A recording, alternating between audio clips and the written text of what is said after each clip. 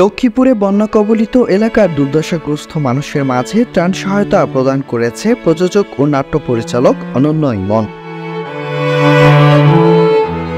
লক্ষ্মীপুরের বন্যা কবলিত ও নিমজ্জিত দিঘুলী ইউনিয়নে এসব ত্রাণ বিতরণ করা হয়। এর আগে অনন্য ইমন ও তার টিম ফেনী এবং রায়পুরেও ত্রাণ বিতরণ করেন।